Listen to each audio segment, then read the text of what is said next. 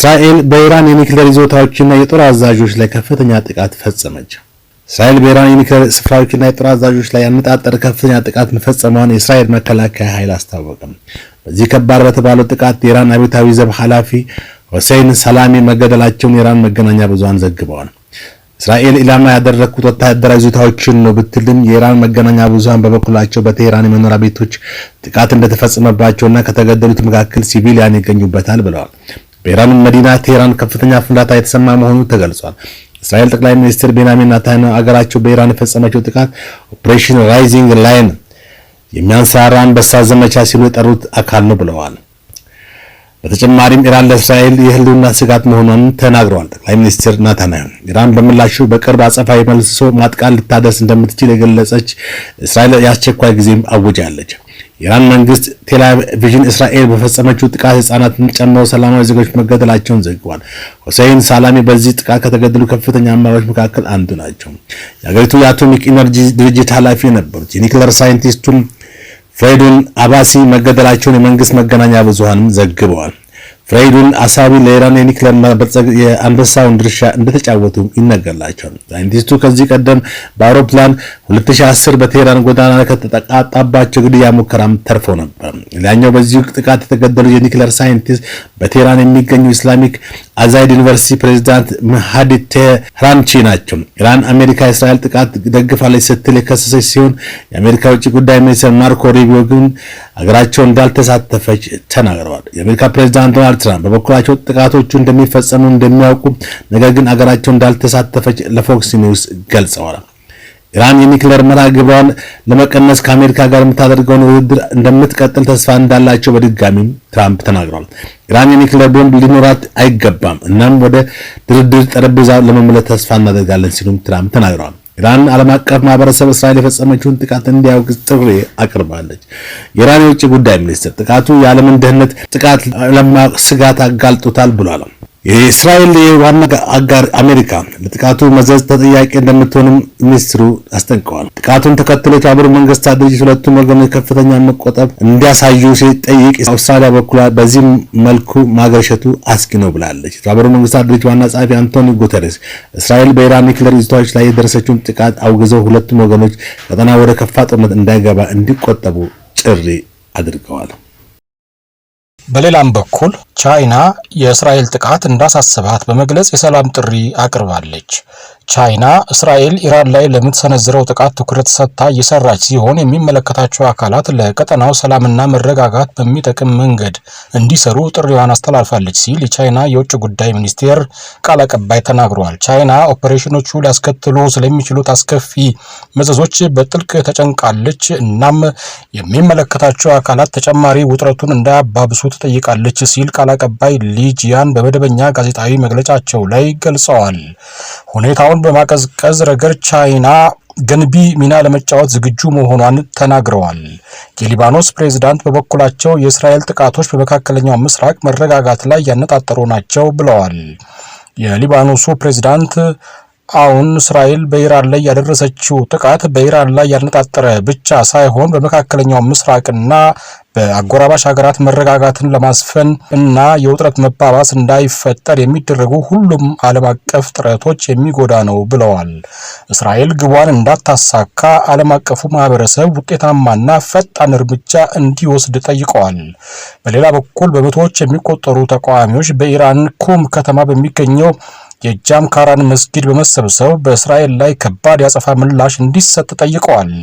ተቃዋሚዎቹ የኢራን ባንዲራ በማውለብለብና ጸረ እስራኤል መፈክሮችን በማሰማት ከኢራን ዋና ከተማ በስተደቡብ 140 ኪሎ ሜትር ርቀት ላይ ከሚገኙት የሀገሪቱ ቅድስት ከተሞች በአንዱ ተሰብስበው ነበር ሲል የኢራን የዜና ወኪል ታስኒም በኤክስ ላይ የተለጠፈው ቪዲዮ ያሳያል። አርብ ማለዳ ላይ የእስራኤልን ጥቃት ተከትሎ ከፍተኛ የጦር አዛዦችና የኒውክሌር ሳይንቲስቶች እንዲሁም ሴቶችና ህጻናትን ጨምሮ የበርካታ ሰዎች ህልፈት እንደተፈጸመ የዜና ዘገባዎች ያመለክታሉ። የአሜሪካው ፕሬዚዳንት ዶናልድ ትራምፕ ከዚሁ ከእስራኤል ጥቃት ጋር በተያያዘ የተናገሩት ነገር አለ ወይም ደግሞ በመልእክት ማስተላለፊያቸው አማካኝነት የሚያስተላልፉትን መልእክት ተመርኩዞ ቢቢሲ የሰራው ዘገባ አለ። ያንን እናጋራቸዋለን። እስራኤል በኢራን ላይ የፈጸመችውን ጥቃት ተከትሎ የአሜሪካው ፕሬዝዳንት ኢራን በኒውክሌር ፕሮግራሟ ላይ ከስምምነት ላይ ካልደረሰች ካሁኑ የከፋ ከባድ ጥቃት ይገጥማታል ሲሉ አስጠነቀቁ።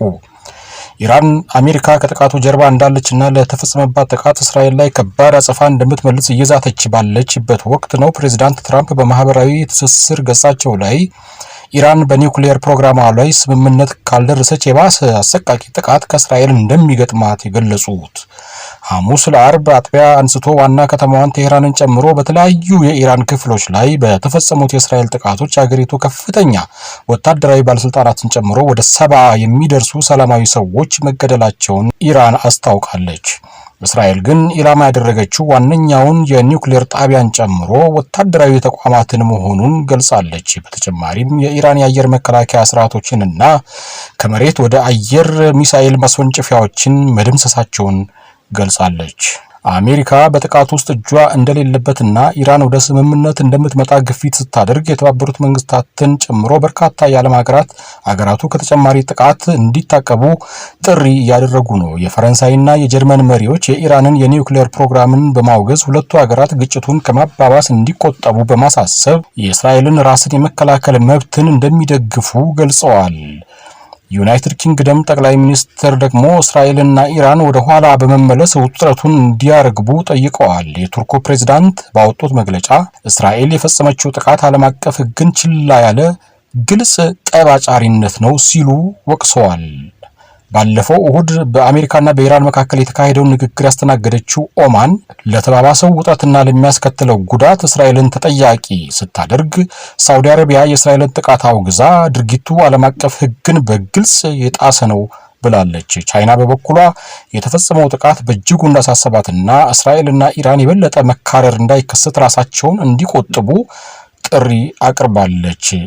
ሌሊት ጀምሮ መቀጠሉ እየተነገረ ያለውን የእስራኤልን ጥቃት ተከትሎ ኢራንም ያጸፋ ምላሽ እንደሰጠች በሰሜን የእስራኤል ክፍል ውስጥ የአየር ጥቃት ማስጠንቀቂያ መሰማቱን እንዲሁም አንድ ድሮን ተመቶ መውደቁ ነው የተነገረው። ለመሆኑ እስራኤልና ኢራን በወታደራዊ አቅም ምን ያህል ተመጣጣኝ ናቸው ሲል ይጠይቃል ቢቢሲ። ዓለም ላይ በኢራንና በእስራኤል መካከል ያለውን ጠላትነት ያህል የመረረና የከረረ ግንኙነት ያላቸው ሀገራት የሉም ቢባል ማጋነን አይሆንም። በዚህም የተነሳ ሁለቱ ሀገራት በቀጥታና በእጅ አዙር አንዳቸው ሌላኛውን ለመጉዳት ሲጥሩ ቆይተዋል። የኢራን መሪዎች ጠላት የሚሏት እስራኤል ከምድረ ገጽ እንድትጠፋ እንደሚሹ በይፋ ከመናገር አልፈው በቅርበት ሰላም የሚነሷትን ቡድኖች ሲደግፉ ቆይተዋል። የእስራኤል ፖለቲከኞችም እንደ ዋነኛ ስጋት የሚመለከቷትን ኢራን ሳትቀድማቸው ለመቅደም በሚል ባገኙት አጋጣሚ ሁሉ ጥቃት ይፈጽሙባታል። እስራኤል ቁልፍ የምትላቸውን የኢራን ወታደራዊ ኢላማዎችን፣ ባለስልጣናትና ሳይንቲስቶችን አድብታ ስታጠቃ፣ ኢራን ደግሞ በእስራኤል ዙሪያ የሚገኙ አገራት ውስጥ ያሉ ታጣቂ ቡድኖችን በመደገፍ ሰላም ስትነሳት ቆይታለች። ከነዚህም መካከል የፍልስጤሙ ሐማስ፣ የሊባኖሱ ሄዝቦላህ፣ የየመኑ ሁቲ ቡድኖች በኢራን እየተደገፉ ጥቃቶችን በእስራኤል ላይ የሚፈጽሙ ናቸው። በተለያዩ ሀገራት ውስጥ የሚገኙ ታጣቂ ቡድኖች የገንዘብ፣ የስልጠናና የትጥቅ ድጋፎችን ከኢራን የሚያገኙ እንደሆነ ይነገራል። ቡድኖቹ ባሉባቸው ሀገራት ውስጥ ካላቸው የፖለቲካና ወታደራዊ ተሳትፎ ባሻገር ዋነኛ ኢላማቸው እስራኤል መሆኗን በሚፈጽሟቸው ጥቃቶች ያመለክታሉ። ከአንድ ዓመት በፊት ሐማስ በእስራኤል ላይ የፈጸመው ድንገተኛና ከባድ ጥቃት የእስራኤልን እስካሁን ያልተቋረጠ መጠነ ሰፊ ያጸፋ ጥቃትን አስከትሏል። ከወራት በፊት ደግሞ የሊባኖሱ ሄዝቦላህ ከድንበር ባሻገር የሚፈጽማቸውን ጥቃቶች ተከትሎ ከእስራኤል ጋር ጦርነት ውስጥ ከገባ በኋላ መሪውን ጨምሮ በርካታ አባሎቹ ተገድለውበት ከባድ ጉዳት ደርሶበታል። የየመን ሁቲዎች ደግሞ እስራኤል በጋዛ ላይ የምታካሄደውን ጥቃት በመቃወም በእስራኤል ላይ የሚሳኤልና የድሮን ጥቃቶችን ሲፈጽሙ ባጸፋው እስራኤል የቡድኑን ይዞታዎች በአውሮፕላን ስታጠቃ ቆይታለች።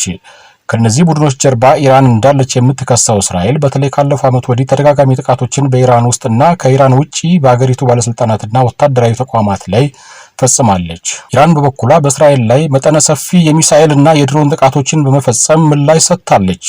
ይህም በመካከለኛው ምስራቅ ውስጥ ከባድ ጦርነት ሊከሰት ይችላል የሚል ስጋት አስከትሎ ቆይቷል። ሐማስ እስራኤል ላይ ጥቃት እስከፈጸመበት ጊዜ ድረስ ኢራን በምትደግፋቸው ቡድኖች እስራኤልን ስታጠቃ፣ እስራኤል ደግሞ ከኢራን ጋር የሚገናኙ ኢላማዎችን ስትመታ በቀጥታ ከመጋጨት ተቆጥበው ነበር።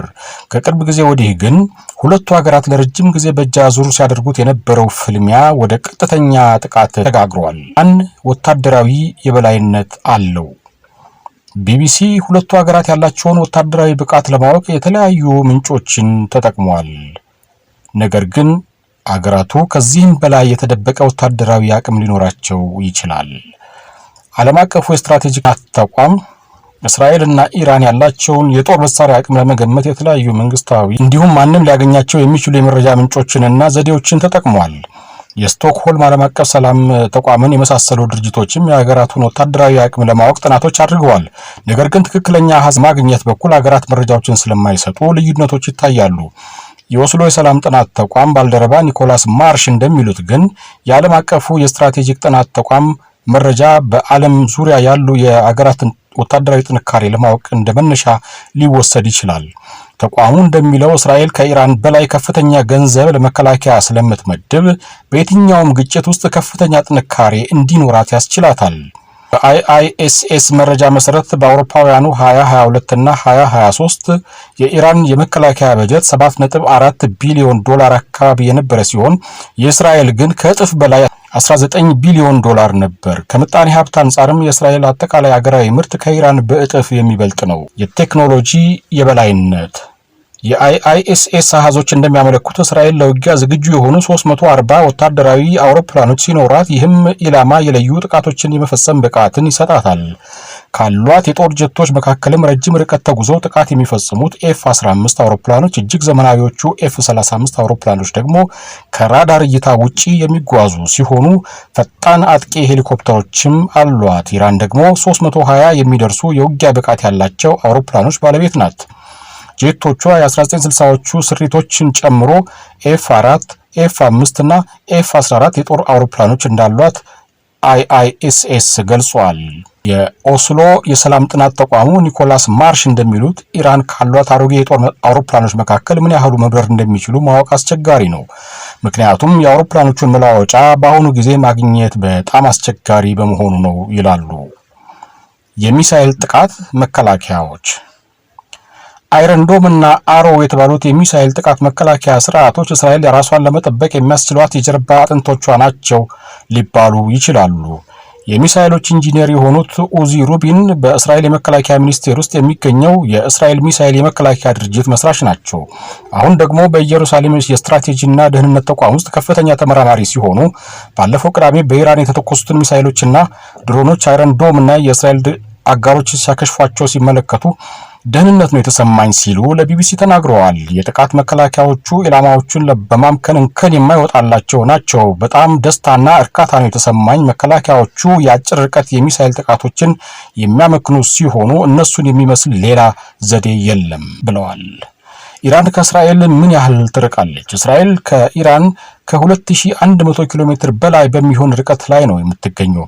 ዲፌንስ አይ የተባለው መጽሔት አርታኢ ቲም ሪፕሌይ ለቢቢሲ ሲናገር ኢራን እስራኤልን ለማጥቃት ዋነኛ መሳሪያዋ ሚሳኤል ነው። ለዚህም ኢራን የምታካሄደው የሚሳኤል ግንባታ ፕሮግራም በመካከለኛ ምስራቅ ውስጥ ካሉት መካከል ትልቁና የተለያየ አቅም ያለው መሆኑ ይነገራል። ከአሜሪካ ማዕከላዊ እዝ ጄኔራል ኬኔት ማኬንዚ በአውሮፓውያኑ 2022 እንደተናገሩት ኢራን ከ3000 በላይ ተወንጫፊ ሚሳኤሎች አሏት። ሲኤስአይኤስ ሚሳኤል ዲፌንስ ፕሮጀክት ባወጣው መረጃ መሰረት ደግሞ እስራኤል ከራሷ አልፋ ለበርካታ ሀገራት ሚሳኤሎችን ይሸጣለች። የኢራን ሚሳኤልና ድሮኖች ኢራን ከጎረቤቷ ኢራቅ ጋር ከአውሮፓውያኑ 1980 ጀምሮ ለ8 ዓመታት የቆየ ጦርነት ካደረገችበት ጊዜ አንስቶ መጠነ ሰፊ የሚሳኤልና የድሮን ግንባታ ስራዎችን ስታከናውን ቆይታለች።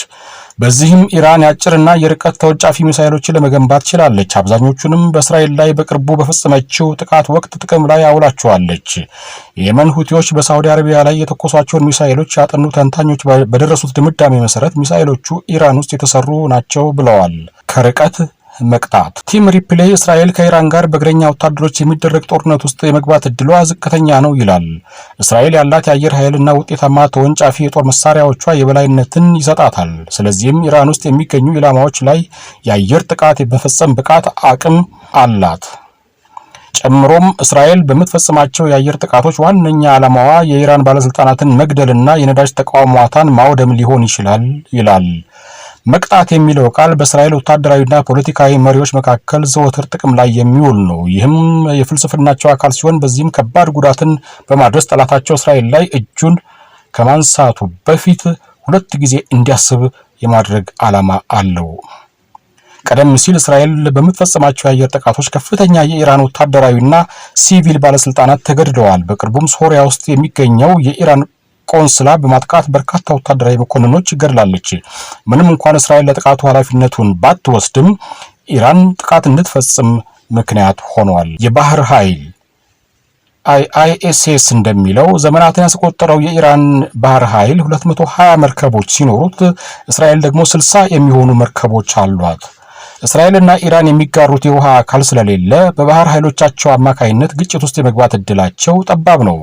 ነገር ግን በኢራን የሚደገፉት የየመን ሁቲ ታጣቂዎች በኤደን ባህረ ሰላጤና በቀይ ባህር በኩል በሚያልፉ የእስራኤልና የምዕራባውያን መርከቦች ላይ ጥቃት እያደረሱ ነው። የበይነ መረብ ጥቃት። በበይነ መረብ ወይም ሳይበር በኩል ሁለቱ ሀገራት አንዳቸው በአንዳቸው ላይ ጥቃት ቢፈጽሙ ከኢራን ይልቅ እስራኤል ከባድ ጉዳት ይደርስባታል። ኢራን ከእስራኤል ጋር ስትነጻጸር ያላት የመከላከያ ስርዓት ዘመናዊ ቴክኖሎጂን የሚጠቀመው በዝቅተኛ ደረጃ ላይ ነው። ስለዚህ በእስራኤል ላይ የሚፈጸም የኤሌክትሮኒክስ ጥቃት ከባድ ጉዳትን ሊያደርስባት ይችላል። የእስራኤል መንግስት ብሔራዊ ሳይበር ክፍል በአገሪቱ የተለያዩ ዘርፎች ላይ የሚፈጸመው የበይነመረብ ጥቃቶች በከፍተኛ ሁኔታ መጨመራቸውን ጠቅሶ በጦርነቱ ወቅት በኢራንና በሊባኖሱ ታጣቂ ቡድን ሄዝቦላ መካከል ያለው ትብብር ጨምሯል ብሏል። በሐማስና በእስራኤል መካከል ጦርነት ከተጀመረ አንስቶም በ3 ወራት ጊዜ ውስጥ ብቻ 3380 የበይነ መረብ ጥቃቶች መፈጸማቸውን ዘግቧል። በኢራን በኩል ደግሞ የአገሪቱ ሲቪል መከላከያ ድርጅት ኃላፊ ብርጋዴር ጄኔራል ጎላምራዜ ጃላሊ እንዳሉት በቅርቡ በኢራን ምክር ቤታዊ ምርጫ ከመደረጉ ከ1 ወር ቀደም ብሎ 200 የሚደርሱ የሳይበር ጥቃቶችን ማክሸፋቸውን ገልጸዋል። ባለፈው ታህሳስ በኢራን ላይ በተፈጸመ የበይነ መረብ ጥቃት በመላው አገሪቱ በሚገኙ የነዳጅ ማደያዎች ከባድ የአገልግሎት መስተጓጎል ገጥሟቸው እንደነበር የነዳጅ ሚኒስትሩ ጃቫድ ኦጂ ተናግረዋል። የኒውክሌር ስጋት። እስራኤል የራሷ የኒውክሌር ጦር መሳሪያዎች እንዳሏት ቢነገርም በመንግስት ደረጃ ግን በይፋ እንዳይገለጽ በማድረግ መሳሪያው እንዳላት በሁሉም ዘንድ ጥርጣሬ እንዲፈጠር ስታደርግ ቆይታለች። ምንም እንኳን ኢራን የኒውክሌር ጦር መሳሪያ አላት ተብላ ብትከሰስም ምንም አይነት ማረጋገጫ እስካሁን የለም። ኢራን የምታካሂደው የኒውክሌር ፕሮግራም ለሰላማዊ አገልግሎት የሚውል ነው ብላ ትከራከራለች። እስራኤልና ምዕራባውያን ግን ይህንን ባለመቀበል አንድ ቀን ኢራን ኒውክሌር የታጠቀች ሀገር ሆና ብቅ ትላለች የሚል ስጋት አላቸው። መልክዓ ምድርና የህዝብ ብዛት። ወደ 89 ሚሊዮን የሚጠጋ ህዝብ ያላት ኢራን ከእስራኤል አንጻር ትልቅ ሀገር ናት። 10 ሚሊዮን ህዝብ ያላት እስራኤል 9 ጊዜ ከኢራን የሚያንስ ዜጋ ነው ያላት። በተጨማሪም እስራኤል ካሏት የመደበኛ ሰራዊት አባላት 6 እጥፍ የሚበልጡ ወታደሮች አላት። በዚህም ኢራን 600 ሺህ መደበኛ ወታደሮች ሲኖሯት እስራኤል ደግሞ 170 ሺህ መሆናቸውን IISS መረጃ ያሳያል። እስራኤል ኢራንን እንዴት ትበቀላታለች? በእስራኤል ጎረቤት ሀገራት ውስጥ የሚገኙ በኢራን የሚደገፉ ታጣቂዎች በእስራኤል ላይ መደበኛ ጥቃቶችን እየሰነዘሩ ሲሆን በምላሹ እነሱን ኢላማ ልታደርጋቸው ትችላለች። የመካከለኛው ምስራቅ የመከላከያ ባለሙያው ጄሬሚ ቢኔ እንደሚያምኑት እስራኤል አጸፋ ለመመለስ ከፈለገች ሊባኖስ ውስጥና ሶሪያ ውስጥ የሚገኙ ቦታዎችን የመሳሰሉ በርካታ አማራጮች አሏት። ነገር ግን መደበኛ የሆነ ጦርነት በሁለቱ ሀገራት መካከል ይቀሰቀሳል የሚለው ስጋት ግን ቤኔ ይጠራጠሩታል። ለዚህም ኢራንና እስራኤል የሚጋሩት የየብስ ድንበርም ሆነ ባህር ጠረፍ ስለሌላት ፊት ለፊት የመዋጋት እድል የላቸውም ይላሉ።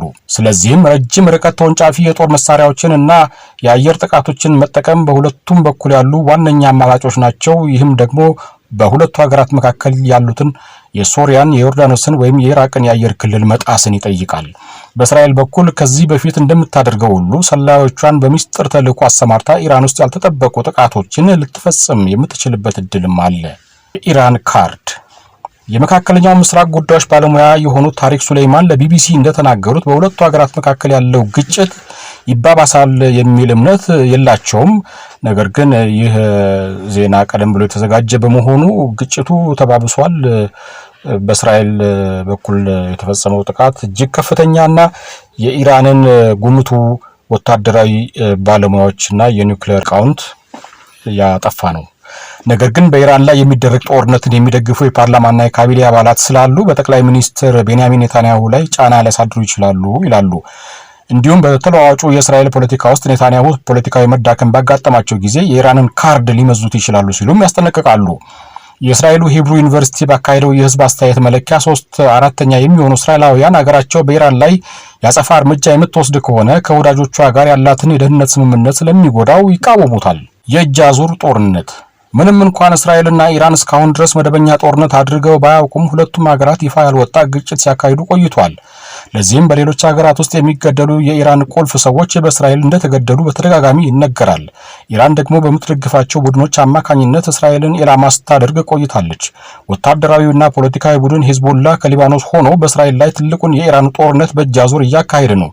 ኢራንም ሂዝቦላ እንደምትደግፍ አንድም ጊዜ አስተባብላ አታውቅም። በጋዛ ለሚገኘው ሐማስም የምትሰጠው ድጋፍ ተመሳሳይ ነው። መስከረም 26 ከባድ ጥቃት እስራኤል ላይ የፈጸመው የለየለት ጦርነት ውስጥ የገባው ሐማስ ለዓመታት ከጋዛ ሰርጥ በእስራኤል ላይ ሮኬቶችን ሲያስወነጭፍ ቆይቷል። እስራኤልና ምዕራባውያን አገራትም ለሐማስ የጦር መሳሪያ ተተኳሽና ስልጠና የምትሰጠው ኢራን ናት ብለው ያምናሉ።